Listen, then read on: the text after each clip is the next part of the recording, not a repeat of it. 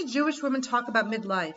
Hi, I'm Devora Krasnianski, and I've been coaching women for a long time in all areas of life, including women in midlife. Midlife is an exciting time, but it's also confusing, and so I invite experts to join me here as we unpack this crazy and interesting time of our lives. You can join our conversations on our Facebook group, Jewish Women Talk About Midlife, and on our website, Jewish Midlife. In this enlightening conversation, I had the privilege of chatting with Robynne Panderies, delving into the often overlooked topic of ADHD in adults, particularly in adult women. Some women recognize their ADHD later in life. It wasn't a thing when we were younger, and that's some of what we discuss here. Robynne generously shared her expertise and personal experiences with ADHD and offers practical strategies for managing its challenges, like effective communication techniques for collaborative projects and the significance of sharing individual working styles. We also talked about the importance of working with a coach to really understand your specific ways of dealing with ADHD. Whether you're personally grappling with ADHD or know someone who might be, this conversation is important. I'm really excited to be talking about this topic with you, Robynne, about ADHD in adults. So before we even get talking about it, let's talk a little bit more about what you do, what ADHD is all about. Let's just get started. Yes, great. First of all, thank you so much for inviting me to your podcast. I've listened to many episodes and they're all really fascinating. So thank you for having me as a guest. I appreciate that. So my name is Robynne Panderies, which is it's not my maiden name, it's my husband's name. My maiden name is Slotnick. And I have been living in Paris, France with my French husband and my two Franco-American children for the past 35 years.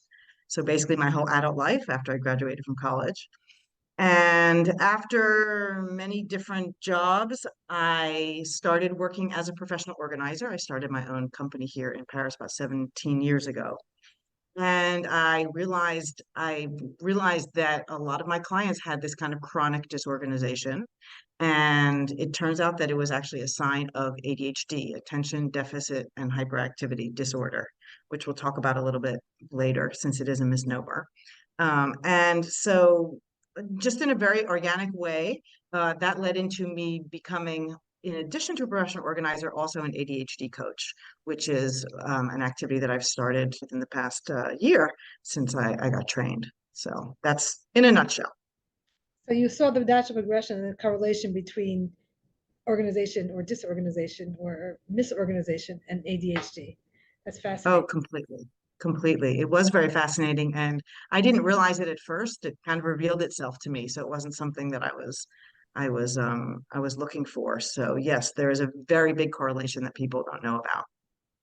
So let's talk about ADHD. What are some myths, misconceptions, or what is it? Because we hear about it with children a lot. We're going to talk specifically about ADHD with adult women more. Yes, for sure. It's not that ADHD actually ever goes away. It's a neurodevelopmental disorder that there's no cure. There's just ways to manage it as you get older. And so a lot of the symptoms that show up in kids, especially with the hyperactivity that are very obvious, it seems to, as time goes by, it's either masked or it's tempered by the adults themselves. But it's not something that ever goes away. And the biggest misnomer about the name ADHD, attention deficit disorder, is actually it's not only a deficit of attention. There are also people that hyperfocus and pay too much attention to something. It encompasses many, many other things, actually, emotional regulation and a lot of executive functioning skills. But just in terms of that hyperfocus, a funny story, which is actually not a story, it's a real story, is that there was actually a woman in America who was reading upstairs, and she was so hyper-focused on what she was reading that there was a fire in her house. And the firemen arrived in her house as her house was basically burning down. And they said, "What are you doing here?" She literally was not aware that the house was on fire. So that is one of the extreme cases. It just illustrates the fact that attention deficit is not always the case in this disorder. So I just want to share that with you. That's so interesting. We see it sometimes in kids that they're just a little bit bouncing all off the wall, but you're saying that it's really, sometimes it's that, but sometimes it's also hyper focusing on something so much that they tune out the rest of the world. Absolutely, yeah. And again, that's only part of it. But just so you know, when they first started doing studies, people weren't talking about ADHD, they were just talking about hyperactivity. So when we were kids, I remember one of my cousins, I remember somebody saying something about some medication. It could have even been Ritalin. Maybe that was the first medication. And yeah, it was a boy, and the studies were done on boys, not on men and not on girls and not on women. The studies were done on young boys. And that was the main criteria, or the main characteristic of it. That's where it started, with the hyperactivity. And it's really taken a long time. And there still needs a lot of evolution to take place for the name to evolve, and the misconceptions, I guess, that people have as well So let's too. not talk about children, even though I find that topic fascinating. And Yeah. let's just talk about adult women, especially women in midlife. How does ADHD look in someone who's a woman in midlife? Well, I guess that comes back to the executive functioning skills, which is prioritizing and organizing and decision making, all of these things that can be very, very challenging.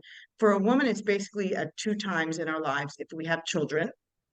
So that the notch goes up there in terms of having to be organized and using your executive functioning skills. And then also around menopause, let's just say around midlife, right? If we're talking like 50 and over, there are all kinds of changes that go on in our bodies.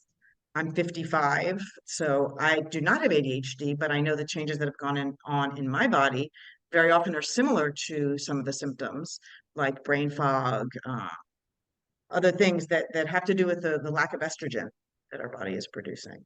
And so very often it'll show up in a woman with ADHD, and she might even be confused. She might even not have been diagnosed. And she might think she just has menopausal symptoms, and it actually could be ADHD. So we can get into that a little bit later about how tricky the diagnosis is. But yeah, it's an important time in our lives, and it's important to be aware of the symptoms as well. So is menopause causing ADHD, or is it someone who already has ADHD and menopause brings it out even more? I'm not the expert. Okay. I'm not a gynecologist and I'm not a psychiatrist. Okay. So I would say you would need to invite both of those people to your podcast. Okay, sure, But sure. definitely the symptoms can be confused, like I was saying, and also it can exacerbate the lack of estrogen. It can exacerbate the ADHD symptoms. So, and can, again, it can confuse them. So it makes the diagnosis more difficult. Okay, so then we're talking about women with ADHD. What does that look like? I was working with somebody and in the middle of the conversation just totally went to another topic. Like I was like, what's happening here? Is that ADHD or is that just something else? And she does it consistently. It's not like just one time she went to another topic. Well, that's important. As a coach, I ethically do not diagnose people. So whether you're asking me about your friend or whether it's my best friend like yesterday who called me up and asked me the same thing, that's something. The diagnosis process and the assessment process is very complex and it's very nuanced. It's not black and white. It's not like you can just go out and get a blood test to see if you have ADHD, like a lot of other disorders or diseases. If it's something that a part of the assessment process is if it's something that's happening repeatedly in the workplace or in school and also in the home, and also if it's if it's making the person suffer, which I don't know if that's something you feel comfortable asking your friend about, but very often, yes, you could be talking about something, and if it's not interesting to them, or if something else comes into their line of vision or into their thoughts, that's where their attention's going to go. So if it happens regularly, there's a chance, yes. I would go as far as to say that there's a chance that the person has ADHD.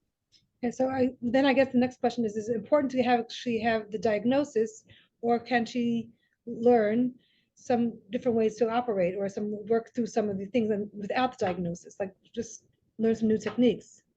Yeah, I mean, that's a great question. There's really pros and cons about that. There are a lot of people that either don't have easy access to these assessments. It can be expensive for a lot of people. People can think, "Well, I'm just overwhelmed anyway, just because of the ADHD. I'm just overwhelmed by things, and so I can't take that on right now. I have enough on my plate." So there's lots of reasons why people don't get assessed. But even if you do a sort of self-diagnosis, because there's so much information out there, even if you self-diagnose yourself, it's important to wrap your head around it. Basically, I think knowledge is power, right? So if you have that knowledge, you can know yourself better, know what your strengths are, just find the best ways to live and to go through life. So I think that it's really important to know whether you feel like that you know yourself or whether you go out and get an assessment because you're unsure. Getting assessment also can be important because very often ADHD is actually confused with other things. It could be confused. There's a lot of overlap with the symptoms with autism spectrum disorder. There's a lot of overlap with depression. There's a lot of overlap with anxiety disorder, all those things. So very often there can be this misdiagnosis that can actually do more harm than good. So that's one of the reasons why I would encourage people to go out and get a formal assessment if they feel comfortable with that. I would also imagine that it helps with insurance if your insurance covers it or not, or whatever you want to do next with that diagnosis. Absolutely, yeah. In most countries, I would imagine most countries that recognize ADHD, because it's not the case everywhere, the countries that recognize it, if you go out and get an assessment, a formal assessment, and then a consultation probably with a psychiatrist as well too, then you have access to the medication. But not everybody wants medication, and medication doesn't work on everybody. So that's only a part of the puzzle, I would say. So let's say someone does self-diagnose and she gets the general gist that something is off, and it sounds like ADHD because she can't know because she's only self-diagnosing off of the internet. Sure. But so now that she feels that she has ADHD, or she thinks she does, or she seems to her that she does, what can she start doing differently in her life? Of course, it's a lot of work to do something different, but what are some things to start managing it? Or what would someone who is actually diagnosed, beside the medication, what would be suggested to her to do differently? Yeah, from all the research so far that's been out there, the multidisciplinary approach really seems to be very important. So aside from the possibility of going on medication, there's also therapy. There's a therapy called cognitive behavioral therapy that seems to work very well. And then there's also coaching. There are lots of different methods also too. There's lots of things that are on internet now, that apps where if you have a task to do, you can join in and somebody can be accountable for you. You're doing the task at the same time as somebody else. So the more that ADHD hits people's radar, the more people are creating ways to better manage it, I guess. And so the more things that you try out, the more, not saying you, I mean your friend or anybody else, women with ADHD, the more that they try it out, the more they're likely to find something, because there's an expression that we say, if you've met one person with ADHD, you've met one person with ADHD. It shows up differently in every single person. It's not like other disorders or diseases where there's a set of symptoms and it's basically textbook. Everybody has different lives. Everybody has different ways that their brains work. But there is a way to rewire your brain. It's called neuroplasticity. And so there are ways to manage it and to make it work for you better than it's working for you now. Hence the importance of getting either a self-diagnosis or a diagnosis. So making her a checklist and saying this is what we have to cover in the next in order to complete this task, this is what you have to cover. Would that work, or would that make her even more anxious or more? Okay, so you're talking about your girlfriend now again, right? So this is an interesting subject because you're talking about you trying to do a project with her. And very often there's not only the distractibility, but there's follow through, right? There's organizing your thoughts, there's prioritizing, all these things, there's delegating, all these things that are calling on your executive functioning skills. And if a person has ADHD, it actually makes it more challenging for them to work with somebody else. So if you're trying to do a project with your girlfriend and you, with your neurotypical brain, let's just call it, you write the checklist and you say, we're going to do things in this order and we're going to do things this way. And it's all very black and white and organized. Likelihood is that will not work with your girlfriend. Sorry to say. Her brain works a different way. And that doesn't mean that one person's brain is better than the other. It just means that it's different. And that's another, just to get back to having the knowledge and acknowledging that you have ADHD. It gives you that knowledge. And so you can work to the best of your abilities and you can say, oh, my brain works differently.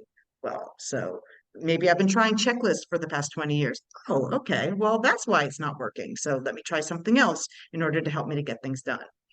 That's what I would say about that. So what I understand then is that if she would recognize that she had ADHD or thinks she does or whatever, or just even knows that how her brain works, if she was collaborating with someone, she can say, this is what works for me. Can we organize it in this way? Absolutely. So not only will she have the self-acceptance, but that can also increase the awareness, the understanding, the empathy of the people around her as well too, right? Instead of you just she's driving you crazy because she keeps getting distracted or she's not following your checklist and you're hitting yourself on the head. But if you are feeling empathetic towards her, that she has these challenges with her work, then the teamwork will go better if you're aware and she's aware and you guys communicate about it for sure. But that's really starts with her being able to communicate with what is her preferred working style, if she wants to call it that, or how my brain works, or whatever she wants to call it. But the onus starts with her trying to communicate, this is the best way that I work. And can we work with my way of working? And how can our two ways of working work together? But she doesn't Well, say that. yes. Yeah. So yes, I agree with you. But if you believe that she has ADHD without bringing it up and putting her nose in the caca, like the French say, if you believe that, then you can start to think about that as well. And after this conversation, because we've created awareness, then maybe you can try something different with her. And you don't need to explain why you're doing it, right? It would just be a way for you to better manage the product. So I wouldn't say the onus is on one person or another person. I wouldn't say that, but maybe that's just because of my experience. I work with women every day through organizing where I suspect that they have ADHD, but they don't know what it is or it hasn't even ever hit their radar. But I'm still trying to do the work with them and collaborate with them to the best to bring out the best version of them. Okay, I hear So that. But nonetheless, I think that if it was me that had the challenge, that if I would want to be able to tell people this is how I work best. Instead I of everyone totally trying to agree. work around you and not knowing and first getting frustrated and then trying to figure out, if I was able to say this is how I work. It's sort of in the same thing if I would say similarly that I'm a vegetarian and that's how I eat. Work with me or don't, but at least know that about me. This is how I Yeah. work best. No, no, but it's not black and white in the sense that there's still a lot of stigma around it. And so people, just like with any other kind of disability or challenge or whatever, especially in the workplace, women in the workplace don't necessarily feel, and women are always masking and trying to compensate. And so to actually come out and say, these are my challenges, I have attention issues, whatever it is, to come out and say, make yourself vulnerable actually, and communicate that. There's still a lot of stigma attached to it. So yes, there are benefits, and that's where I like to bring people, with the coaching to that self-acceptance and then being able to communicate to other people so that everybody works well together, whether it's in the family, in the home, or in the workplace. But that's not easy. So it's important, but it's not easy. Oh, I can't imagine that it would be easy, especially Yeah. someone who's a little bit all over the place to even firstly to take the time to introspect and then to actually figure out what works best for them if they're trying to do it on their own. I would imagine that doing it with a coach who knows how to bring it out with them for them could be helpful rather than trying to Yeah, figure it out on their own yeah. because attention is not And their I would, strong point anyway. yeah, that's true. It's true. And just to get back to what you were saying before about help communicating with people about how you work best, there are a lot of people with ADHD and they're at higher risk of losing their jobs as well too, if they're working in an environment where they need to do the teamwork. So imagine a woman has been going from one job to another and is lacking confidence in herself and is lacking the teamwork skills. Again, it's just that much more important, but it's just that difficult to do, to actually put yourself out there. But of course, the self-awareness and that whole step there, and introspection is definitely the first step, and it's a big one. So then you said earlier that if someone is suffering, if they're not suffering or if it's not really impacting their life in any real way, then they're not going to have enough of the willpower to do something about it. But if someone is already having some negative impact because of the way they operate, then that might be enough of a starting point or enough of a starting point to think about thinking about working with someone to understand what's really going on for them. Yeah. And it is because people with ADHD, they've had it since nobody can prove that they've had it since they were born, but it does exist in childhood. It doesn't just show up when you're 40 years old. It could manifest itself or it could become aware. Person could become aware of it, but it's the person's been suffering probably to one extent or another for a long time. And sometimes they don't even realize it. Because again, there's this masking and this compensating and all these hacks that are going on. And it's not just because they've found those hacks or that compensation that they actually feel like that they're being authentic and showing up as their real self. And very often I hear women say, yeah, I've always felt a little bit different. I felt like I wasn't like everybody else, or I wasn't able to do things like everybody else, or my brain wasn't working like everybody else. And so again, there's that constant comparing yourself and feeling inferior for whatever reason or to whatever extent to other people as you're growing up. And you bring that with you. That's baggage that shows up in adulthood as well, too, I especially in know. midlife when we have time to kind of like sit back and, that great word that you used, introspection. That's the time, right? And all of a sudden we're thinking about what we want to do next, or we're not thinking about the kids anymore because they're not around. And so that can be an aha moment or a wake up call in relation to the ADHD for sure. Especially when we were kids, ADHD wasn't on the radar. Teachers weren't talking about it. There were some kids that were obviously less able to sit or didn't do as well in school. Not that we need labels, but there was no one figuring out what to do with them for them. So they just kind of went through life, figuring out how to be, figuring out how to work with, trying to fit in with what's the typical or not fitting in with the typical, and all the functioning, but also the way they thought about themselves because of the way they were functioning. And eventually, like you Absolutely. said, the time you get to midlife, it has been have many manifestations of not working as well or the way you thought about yourself. And now that we have time, we can actually see it and we can actually maybe do something about it. Do something about it. Exactly. So what do you do so as a coach, when someone comes to you, what's the first step? What do they do? Well, the first step is a discovery call, which is important because we might not be a good fit. That's like in any coaching. And then afterwards, the whole point of coaching and what makes it different from therapy is that, well, there are similarities, but there are also differences. And I would say the whole principle behind coaching is to say to the person, you have the answers inside of you, and I will help you to connect the dots, and I will help you to create self-awareness, but that you have the answers inside of you. And this is especially challenging but important to hear for somebody who's been doubting themselves and who's been feeling like they weren't part of the mainstream for so long.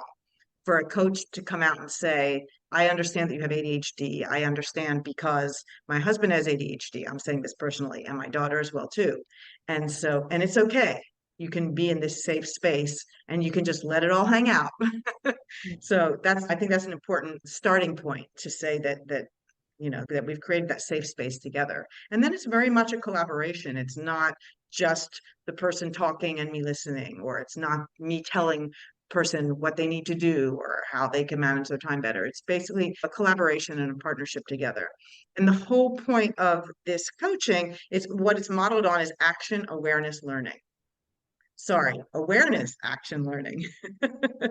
Okay, so the person brings a topic to the session and they say what they want to talk about. And then we create awareness through the conversation, but mostly through the person talking and explaining and exploring. And then I'll say, okay, now what are your action steps that you want to take for the next session? What's your adult homework, or what's your strategies, or however you want to call it? But it's very, very specific. So it helps the person move forward on a task, or it could be something that they just want to think about and reflect upon, but it helps them move forward. And then when they come back next time, the learning part is not, did you do that or you didn't do that? Because there shouldn't be any shame or judgment, not from me and not from them, because that's not productive. It's very much like, what did you learn? Oh, you didn't do that task. Okay. Why did you not do it? Was it because it was too difficult, too time consuming? Let's break it down a little bit more. Maybe you were doing it before dinner and you should be doing it after you have a meal in your stomach, all these kinds of things. So it's just the whole process of coaching is to keep the person going and to make sure that they understand and that they eventually feel competent and realize that they have the competence to actually move forward and follow through with a project or a task, which is something that probably hasn't happened very much as they've been going through life. So that's the whole idea behind the coaching. Sounds so cool. So like the things like time or going like time management, or like you said, you started off as a professional organizer. So I would imagine that some of just space organization, time organization, and going through a task or some of the things that people can work through with you? Oh, for sure. And that's, those are two, you just mentioned two of things that are very, very challenging. The topic that would basically be like the overall coaching goal, like I want to improve my time management. And then the person would bring up a topic that was more specific to something that they have a challenge, they get stuck on, or they have a challenge. There's a lot of It's just amazing. Even in the past year, there's been so many apps that have come up, whether it's be to manage time management or for accountability, also to help people get things done, which is also an important part of the coaching process as well too. But there's an app called Pomodoro. I don't know if you've heard about it, which is basically in terms of time management. And this is just a little tip, but it basically you'll set a timer and it will say after a half an hour, you decide how long you want to work on the task, and then it will ring or ding or whatever and say, have you finished your task? It's time to move on to something else. And if you don't answer your phone half an hour later or an hour later, it'll come back to you. Are you sure? Are you still hyper focusing on your task, or have you moved on to something else? Which doesn't replace humans, but it could be something that if you're not working with a coach or with a therapist or you're not taking medication, it could be something to help you as well too. So there are really a lot of things out there, and each person is different. They just have to find out what works best for them. And I guess a lot of trial and error with these apps and different techniques. Yeah, which comes back to what I was saying about learning. It's not, I did something right, I did something wrong, I failed, I passed. It's what are you learning about yourself? Because we're always learning. We're always learning things about other people, and we're always learning things about ourselves. The whole goal is to find the life that fits and find out what works best for you, which is not the same thing that works best for somebody else. So it's that exploration process that's really important. I guess there's a lot of acceptance that this is just the way I am. Like I'm not going to be able to hold a long conversation, sit in a lecture on a certain topic for 2 hours, and it's just not how I am. So there's a certain part of that, but what's also important is that the person does their homework, and also a little bit of what I do is educating the person about ADHD. And so if somebody said that, I would say, that there's this thing called neuroplasticity where you can rewire your brain. And here's an article if you want to read a little bit about this or whatever, because you have to be careful. There's a fine line between just accepting the way that you are with the ADHD and the limitations and actually thinking that you can change. And there are some people that use it as an excuse also too. I'm just like that and I'm not going to change. So you deal with it. It's owning up to it, yes, and accepting yourself with your limitations, but also knowing that you can improve both for yourself and for other people around you. I think that's important. Okay, so that you can improve and but sometimes there's so many things to work on. So saying this one I'm not going to work on right now. I want to focus on improving whatever it is that's either most interesting to me or most doable. Like, how do you choose what to work on? Yeah, that's really important too, because that's part of the way that the brain works with ADHD. Very often people will gravitate towards tasks that they're only motivated for because whatever, there's a reward at the end, or because it's more fun because they have a friend sitting next to them, whatever it is. Everybody is motivated in different ways, but especially with people with ADHD, they need that dopamine, they need that motivation, that the pleasure element or the excitement element to get a task done. So there's nothing wrong with that. If you're aware of that, then that will help you to move forward, so you can integrate that into your everyday life. But again, it has to come from the person. I'm not going to be telling the person, oh, I think that this is the way that you can better manage your time or better manage your space. It has to come from the person. They have the answers inside them. So again, similarly, then they know what they want to work on. The answer is inside them of what they want to work on first. They may be Yeah, getting cues from outside, like we got to get this house organized, and there may be cues, but if they don't want to work on it, it's not going to help. exactly. And it's the same thing. If I go to somebody's house and I'm going to help them to get organized, I say, now, what do you want to work on today? And if they're a little bit stuck, I'll say, it's important that you get the satisfaction at the end of the session. So do you want to start with what's most difficult? Or do you want to start with the easiest to get into it? Do you want to start with what's the biggest bang for your buck? What is most visually pleasing? I will never impose or never say what I think that they should work on first. And it's the same thing with coaching. That's why one of the most important things is that the person makes the effort to think about what they want to what topic they want to bring to the table. in the coaching session, because it has to be what is relatable to them and what feels important or significant in their life at the time. So ADHD, in other words, is just because you have ADHD doesn't mean that you can't change aspects of that one at a time or two at a time. Yeah, and that's really important too. There's some, I didn't make up this quote, but it's basically, it's not a life sentence. Okay. So sometimes when people do get a diagnosis or even a self-diagnosis, it feels very heavy in the beginning and it feels like something very negative.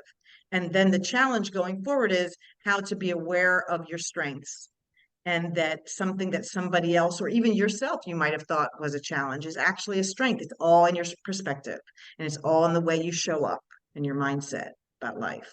And so I wouldn't use the word overcome, but I would definitely say that if you're willing to put the work into it, you can find a life that best fits you and to be the best version of yourself, whatever that means. And it could be very productive and very successful, and it's just different than someone who, and every person's unique anyway. So Exactly. it's just, Exactly. so that almost like the words of neurodivergent versus neurotypical is almost like what decides what's typical and what decides what's Exactly. divergent from the typical. Yeah. And Devora, when I said that word earlier, I use it very, very sparingly because there is a lot of controversy around that. Who's to say what's typical? What does that mean, that I'm more typical? My brain is more typical just because I represent, or my brain represents 95% of the population, and the other 5% with ADHD, they're not typical. Just Yeah. it doesn't make sense actually to speak about it in that way. So thank you for We have pointing that out. multiple intelligences and we have multiple, we just so also different. We just operate differently. And True. I think that labeling, personally, I think that labeling makes it more complex. It also it may help you know which part to work on, but I also find it makes the world much more complex because it makes I think it also makes the people who are considered neurotypical uh, not really access the fullness of themselves. And people who have, what I'm saying, like when people have autism, they get all these extra services, especially when they're in the higher function. They still get the services that a neurotypical kid could also benefit from, but they don't get it because they don't have a label.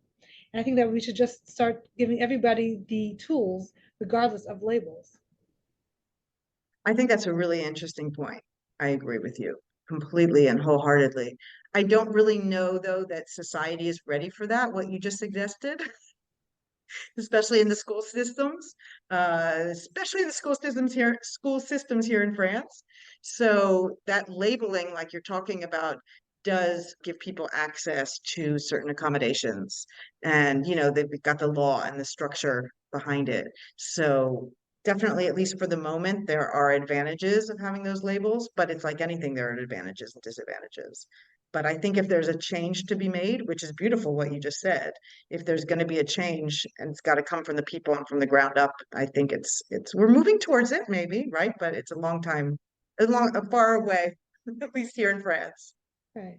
I think that we can start doing it in any case, like just the idea of being more self-aware of our working styles, regardless of what label they fit under, can be very helpful. For sure. For sure. And that's an important part of what I learned as well in this program that I did for the ADHD coaching certification, is talking about the different ways that people process information, right? That some people are very, very visual and other people are very auditory and other people are very tactile and kinesthetic. And I think at least starting at a young age, if kids, well, and the parents can be aware of that, then the possibilities of them in the learning environment, they can be more productive. They can thrive, I guess I want to say, in the learning environment, and then later on in the work environment. And it's never too late to learn if you are more auditory, visual, kinesthetic, or whatever your multiple intelligences are. Absolutely. I think Never too knowing late. that just makes it easier to decide how you want to learn and how you want to work and how you want to communicate. And then I think part two would be sharing your preferred ways or the ways that you work best. Like that. Can you show me a picture of that, or can you show me a diagram of that, rather than just hearing it? Like that would make it easier instead of trying so hard to understand it through auditory. When you just a visual would make it easier for you. Yeah, that's very, very important. But again, not only does the person need to express themselves, but the people around them also have to be accepting and patient, right? So it's basically like everybody has to make the change. Well, everyone has to be more accommodating and Yeah, understand that people yeah, learn differently or work differently. Especially the larger the group, the more differences they're going to be. yeah. And so it's going to, And that has to, again, that has to come from the ground up. Like here, for instance, in France, there are still a huge amount of psychiatrists, psychologists, practitioners of whatever kind that don't even acknowledge that ADHD exists. They say, "Oh, the Americans, they made this up to sell drugs or whatever." And so we're kind of swimming upstream here with it. Um, but it's hard to create that awareness. And again, I'm really glad I'm happy that you invited me to this podcast so that I can just do a tiny little part in creating that awareness, whether it be here in France or someplace else. So thank you again for giving me the opportunity. thank you, Robin. So how can people reach you about, to talk to you about ADHD or for coaching? Well, I imagine that you're going to put in the notes after the Yeah. podcast In my case someone's listening website. to me. Yeah, and so if anybody is interested, they can definitely contact me by email, and then we can set up a Zoom call for a discovery call again to find out if we are a good fit. Not only if we are a good fit, but if they're a good fit for coaching. Because again, just to come back to briefly the difference between coaching and therapy, there's a fine line between those two, and so sometimes people actually wouldn't benefit from coaching, but they would benefit more from therapy, at least in the beginning in any case. So it's important to be able to spell it out to people. And I have an Instagram account and I have Facebook and LinkedIn and all that fun stuff. So Okay, so we'll put all those in the show notes. thank you. Okay, this is such a fascinating conversation about it because we so often associate ADHD with children that we forget that these children become adults. And some of these adults have, because of just by the virtue of our age, this was not something that was talked about when we were children. So we went through all of the adulthood till now with not understanding ourselves or people not understanding us or getting frustrated. So it's now the best time maybe was when you were younger, but the second best time is right now to start working with it. Yeah, I agree with you. And just one last tidbit is that very, very often adults now are being diagnosed either at the same time or just after their kids are being diagnosed. Because this didn't come up in the conversation, but there is 50% chance for any child to have ADHD if one of their parents has ADHD. If both parents have ADHD, there's a 70% chance the child's going to get ADHD. So very often, because we don't see ourselves as others see us, the parents show up in the psychiatrist's office or the psychologist's office, and the kids are being assessed. And then all of a sudden, the parents start to recognize themselves, and the awareness is created in that way. So it's important. So good. And this, so I want to recap by saying that you can live a very, very good life and have fun and productivity and success and everything with ADHD. It's just that the brain operates differently. Completely agree with everything you just said. All right. So thank you so much, Robin, for this conversation. Thank A lot to you. learn here, a lot to think about. Thank you. Thank you for joining me in another fascinating conversation about midlife.